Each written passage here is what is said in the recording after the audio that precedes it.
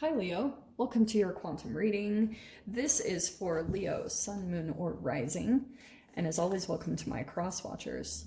Cross watcher, you could be dealing with a Leo and the message could be for you. So feel free to take it however it resonates with you and your situation. Keep in mind that these are general readings, and so go ahead and take whatever resonates and applies to you and your situation and leave the rest for someone else. If you guys are wanting to book a one-on-one reading, my website information is down below in the description box. And, just go ahead and subscribe your email there, and that way you'll get an email notification whenever the availability opens back up, so it's a little bit easier that way. And thank you guys so much for liking, subscribing, and thank you for all of the ways that you have supported the channel. I appreciate it so much. Okay. Leo, let's see. Okay, wow, that's pretty freaking okay. I am going to take that. That was the first one that popped out, was the Queen. Virgo just had the King card. I think someone else did it too. I can't remember. Anyway, it doesn't have to be a connection. So anyway, Leo. There is something, I mean, don't get too caught up by genders. I know that females, the majority do watch me are females, but I do have males. So I'm going to try to flip this to both sides as far as the embodiment, who could be embodying the Queen, and also who could be experiencing that in your external environment. Okay, so I'll try to just focus on the energy that's surrounded by it, so you guys decide if you are it or if it's in your environment, okay? So, let me just I'm just going to grab one more. Wow, okay.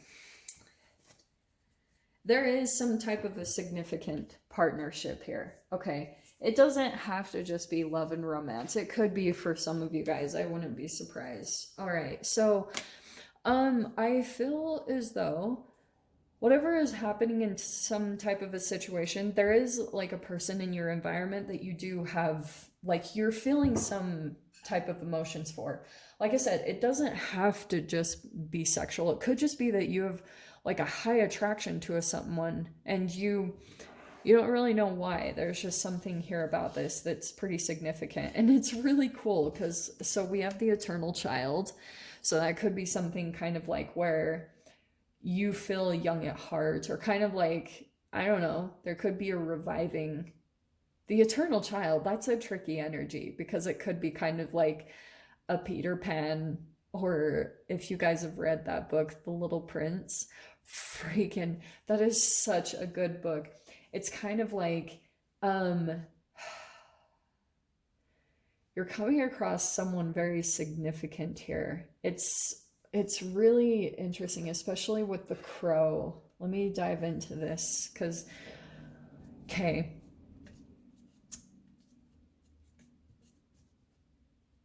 There could be this situation that comes in, or maybe it recently happened, I'm not totally sure.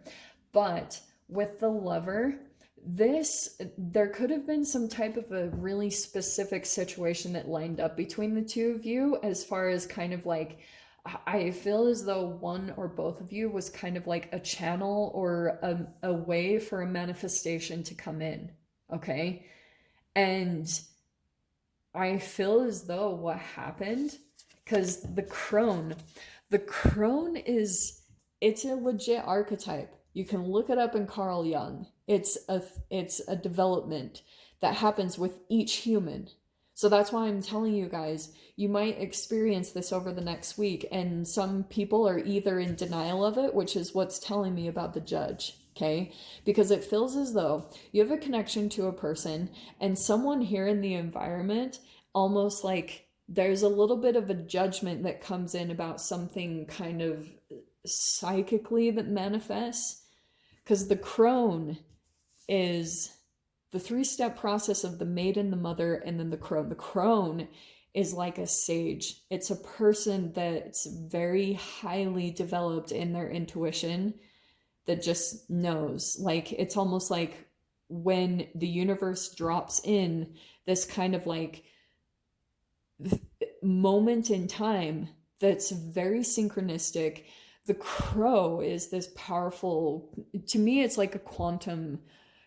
Animals are like aliens to me. The way I look at them, I'm like, they're so trippy to me, because the crow, the way I've heard it described is that it's able to kind of dive into different frequencies because they're highly intelligent. So they're able to tap into different frequencies. And so it's kind of like someone might be able to kind of be able to do that themselves. And I feel as though there will be a judgment that will come in. Like maybe someone is kind of, because this is a very typical someone that kind of like doesn't believe this, or, you know, it's kind of like a witch trial thing. Like someone doesn't believe or judges whatever this is that comes in. It's not normal stuff. That's why, like, Carl Jung was such an amazing guy. He was this highly influential psychologist because he actually believed in mysticalness. He believed in mysticism and, you know, synchronicities and everything like that. So he, to me, he was a groundbreaking kind of person. So it's like, this energy is really fascinating. I can just see that there's almost like a judgment to that, or like maybe it's even self-judgment, that you're almost like receiving some type of a information and you almost like don't believe it type of a thing. Because there's, with the lover, it's someone here in the environment that's being lined up with what they're meant to be lined up with. The lover, maybe it's romantic, but it doesn't have to be for all of you guys. It could just be the thing right now that just connects your energy. Because the chemical of love, it's just a molecular structure. And sometimes, like, if you're not feeling like being in a romantic relationship, sometimes it's that you're working on conjuring up that molecular structure of love within your energetic being. You're trying to conjure that up. And once you come to it in a little bit, you understand exactly what will come into this environment that will manifest that in your life. So maybe it's actually pulling in a friend or an animal or whatever that is. There's just like a completion in right now, where you are right now in this reality, that will help you to feel like you're in love with your life. So there's like little pieces that you're putting that together right now. Dude, I don't know what I'm saying. Okay, let's dive in. All right. I just love this combination. That's why I was like, holy freaking crap, that's so hilarious, because I feel as though it's kind of like something or someone in the environment will come to something in a mystical way, and the other person is kind of like in denial of it or rejecting it or just like not wanting to believe it. There's just a judgment there on it. Let's see. Okay. The Queen, though, that's what I found really interesting, Leo. Oh, hello. The orbs. Oh my gosh, this is such a freaking cool card. Because do you know what this is? This is like other energies that nobody can see, but there's like a knowledge of it bringing it together. Okay, maybe some of you guys legit see orbs or things like that. That's very possible. I would never be the one to deny that. But that's why I feel like there's someone in here, that there's like, someone has this kind of like spiritual connection, but there's also kind of like a denial of it or a judgment, or I don't freaking know. Let me grab more cards. And the Queen, Leo, the Queen could be something kind of like it could be a bit of a competitive energy, or the Queen is not a bad archetype. It's actually a really amazing archetype when it's in the highest vibrational version of it. But if there's competition or rivalry or rejection of oneself, it can manifest of someone rejecting someone else and their abilities. Makes sense? Okay. Okay, let's dive in here. Okay. This is hilarious. Okay, so we have the pelican, which is Aries. That's like the emperor in the tarot. Okay. And these are hilarious combinations. All right, and then we have the dreamer. Okay, that's the eternal child combined with the crone. There is someone here that's just kind of like, yeah, the dreamer, kind of like in a different world than anyone else here. Some of you guys, it could be a child or someone that has like some type of gift or ability. I'm just going to throw that out there for whoever that applies for. Could be like an indigo child, like a crystal or indigo child. We also have the Six of Embers. Let's see. The Mystic. This is hilarious. Okay. And then we have the Seven of Swords. Yes. So here's what I'm going to say about this combo. Okay. Hopefully you can see all the pictures. Because I feel as though there could be this interesting... The mystic is a healer. The mystic is someone that knows how to use, like, pull the elements together to make a transformation happen. Okay. It's someone also that has a bunch of gifts and knowledge and knows and kind of some secrets. So Leo, again, I don't know if that's you or someone else in your environment, but there's someone here. Also, this could be kind of like some deception or some self-denial. Also, this could be a little bit of kind of like taking advantage of energy. I wouldn't be surprised if that comes in, because Seven of Swords could be kind of like a lie.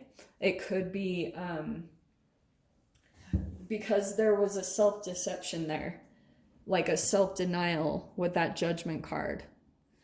So I feel like if this comes in for you guys over this next week, or if it's happened recently, it's what it's doing archetypally, because you have the Emperor, the Dreamer, and the Mystic. This is a really hilarious combination, because I feel as though there's a development happening there with the Eternal Child. It could be a part of you or someone else here. There's, again, just a lot of childlike energy here.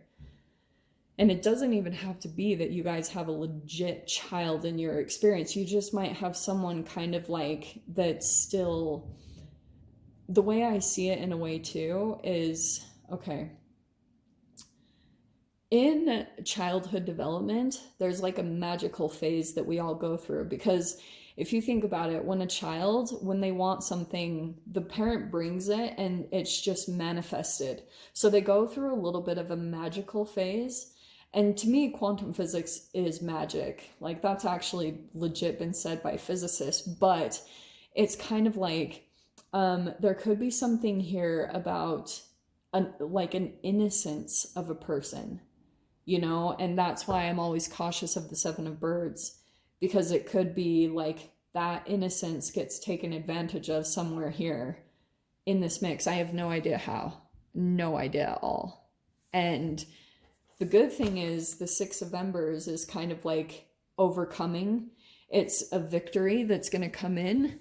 And I love it coming in after the Seven of Swords, because there might be this moment where, you know, you're kind of in this dreamy energy. If this is you, you kind of like are kind of in this energy where you're not seeing things clearly, or you're not totally committed, or that's someone in your experience. So there could be kind of like a denying someone else's reality, but it's also a self-deception. The frequency is really one and the same, but there will be like an overcoming that, because I feel like whatever happens in this mix, for whoever this applies for, you're gonna step into your power. It's like all of a sudden you're gonna get back into this archetype of maybe the queen or the pelican over there. It's like your fire is gonna turn back on, where maybe you turn into a leadership role, or you take your power back finally in some type of a situation. It's that type of an energy where you finally just step into, like, if you're supposed to be a boss or be in charge in a situation and you've been kind of playing smaller than that, this is the type of shift that will come in to transform that energy within you and put you into where you are supposed to be. Make sense? I don't know, Leo. So we'll dive into the extended. We'll see whatever else wants to come out about this. So if you guys want to join me over in the extended, feel free. Go down below, click on the Vimeo link, and I'll see you over there. But Leo, if this is where we leave things, I'm sending you guys so much love, wishing you all the very best, and I'll see you in your next reading. Take care.